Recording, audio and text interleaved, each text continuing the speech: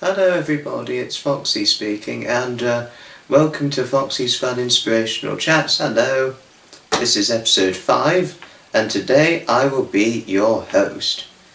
In this episode, I'm going to be picking out a few good sentences from a railway book I've got, and of course, since I'm very keen on transport, including trains, it's called The Railway Age. The Railway Age. Oh, the Railway Age. And that's The Railway Age. It's a book I've had since I was only about 10. It was a gift from, actually, my late grandfather Edmund, along with my grandmother Anne, because Edmund was also very into the steam trains, as much as one of my new friends is highly into steam. He really is. And he was very interested in Ian Allen, my friend was too. And I think Edmund was fairly interested in Ian Allen also, and I'm quite interested in Ian Allen. But above Ian Allen, I loved Terence Cuneo. I love any topic, anything to do with Terence Cuneo. I really do. Okay, now let's get started. We won't read the whole book. It's only a few sentences I'm going to read out to you, so excuse me if I do skip a few pages in this. Just got to check the contents very, very quickly and be very thorough when I look through it. Okay, as one should. Actually, do you know what? In the contents, we're going to skip to the royal trains. I won't say the reason why, because I do not want to upset my friend, or any of you, no.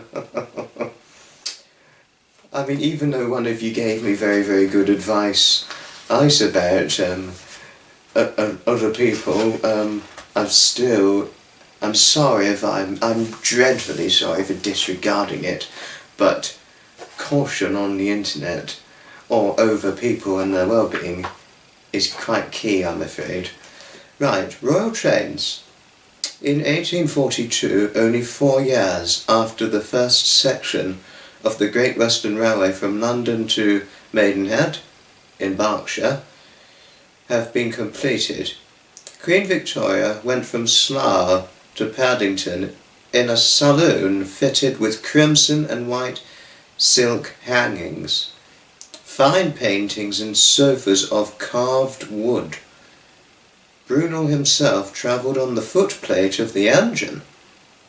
The Queen was so pleased with the journey that she travelled frequently by train for the rest of her reign. Oh. The railway companies built complete royal trains from her, with carriages containing drawing rooms, dining rooms, bathrooms and kitchens. Queen Victoria insisted that a royal train must never be driven at more than 40 miles per hour, 64 kilometres per hour in the equivalent, and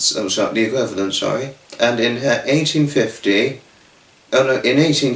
her secretary wrote complaining that she had been in a train driven at the unholy rate of 60 miles per hour, 96 kilometres per hour in its equivalents. In contrast to this, the most recent British Royal train built for Queen Elizabeth II for her Silver Jubilee celebrations in 1977 was designed to run up to 160 kilometres an hour. The British royal family often travelled by train in other countries. The French railway kept a pair of special saloons at Calais which Queen Victoria used whenever she went to the Riviera. In 1900, her son, the future King Edward VII, was the object of an assassination attempt at Brussels Station. Oh, gracious. a student fired a pistol at him through the open window on his carriage. The bullet hit the panelling, and the prince joked about his would-be assassination's bad marksmanship as he ordered the train to proceed. King Wilhelm I of Prussia was a soldier and preferred to travel simply. His train consisted only of a plain day saloon, study, and sleeping chamber, which contained his favourite camp bed. Napoleon III of France, on the other hand, had a royal express with the 9 richly appointed carriages, a wine cellar, and a conservatory of flowers. Tsar Alexander III of Russia bought this train, enlarged it to 15 carriages, and added fittings, which made it the costliest train in the world. There was a playroom and a night nursery for the imperial children, and even a cow car containing 2 Holstein cows to provide milk. The Tsar was so afraid of assassination that when the imperial train passed through the countryside, all other trains had to wait in sidings with their windows closed, their doors locked, and with a sentry standing guard by each carriage. Even more magnificent was the yellow 16 coach train of Zhu Hixi, the Dragon Empress, who ruled China from 1861 to 1908. The 2 coaches were set aside as kitchens to prepare 100-course dinners. Her 40 pairs of shoes and 2,000 gowns required a carriage to themselves. Her bedroom contained a huge bed of polished teak, and the windows were curtained with yellow silk. The carriage which contained her throne was fitted out to resemble, as closely as possible, the throne room in her imperial palace at Peking. She always insisted the important railway officials travelled with her so that she could order their immediate execution if anything went wrong. Where could we go next? I will tell you now. If I just go back to the contents, I'm just terribly sorry for the big skipping. Okay, the first railways. At the beginning of the 19th century, most people did not travel from their homes. It was much too difficult and expensive. There were few good roads, and most people walked from place to place. Not long distances there was stagecoach, but these were not very convenient. The horses were changed every 16 kilometres, and a coach could travel over 160 kilometres in a day. But it carried 12 passengers at a time, and the journey was cramped and uncomfortable as well as costly. Even on the best roads, horses could not carry very heavy loads. The only way of transporting goods was by boat, along rivers and canals. The boat was pulled by a horse, which walked along the bank and travelled about 3 kilometres an hour.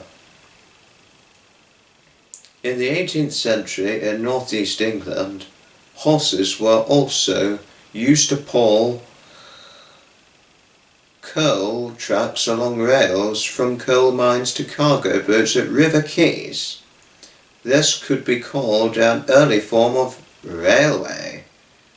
George Stephenson worked as a fireman at a colliery which was served by one of these early railways. He was in charge of the steam engine which pumped water out of the mine. The steam engine had been invented in the 18th century, and in 1814 Stephenson built a steam locomotive which was as powerful as 40 horses. It hauled coal along a railway track to the River Tyne. In 1821, George Stephenson was hired as an engineer by the Stockton and Darlington Railway Company, who were planning a railway to run from the coal mines at Darlington to the wharves at Stockton-on-Tees, a distance of 64 kilometres. He persuaded the railway company to use his steam locomotive on the line instead of horses. He believed that engines made after a similar plan will yet entirely supersede all horsepower upon railroads. When the railway was opened in 1825, Stephenson's engine did not burst as many had feared it would, though its chimneys became red hot before the end of the journey. It pulled a train of more than 30 wagons, some loaded with coal and others fitted with seats for passengers. England was at this time fast becoming an industrial company, the first in the world. Coal mines, shipyards, cotton mills and other factories were being built, and towns were growing much larger. The expanding towns and new industries needed a cheap, fast and inconvenient way to bring coal, iron and other raw materials to the factories, and to send the finished product to the ports. To take people to work and to bring food to the towns, the new Stockton and Darlington Railway was just one example of a means of transport which, as part of the Industrial Revolution, was to transform society, and first in Britain, then all over the world. I think that should be the first things of railway history I'd like to read to you about. I'll sort it out. My apologies for messing around. Well, thanks indeed everybody for listening and watching, and I can't say how grateful I am that we have railways as of now, and the railways have just become so much of the world. Yes, and so in 4 years, in 2025, it will be marking 200 years since our railways began, and I think one could be organising a large celebration to celebrate 200 years of Britain's railways. And I know for sure I'll be travelling on the railways again, as many people I could imagine, and certainly have no doubt over it. Yes, and people around the world who are willing to travel again. Oh my gracious. Well, thank you indeed everybody. This is a little bit of history. I'd like to talk to you about the early days of Britain's railways, and from the Victorian eras. It doesn't talk about modern day railways, it's really talking about railways from the past. I've had the book The Railway Age since I was only about 10, a gift from my late grandfather Edmund, who very sadly died, as you know, and my grandmother Anne. An absolutely gift I truly and heartily cherish in a lifetime, I do. Well, and that's the episode. Thanks so much indeed for watching, everybody. Thanks indeed. Ta-ta, everybody. Another time. From your friend Foxy. Another time.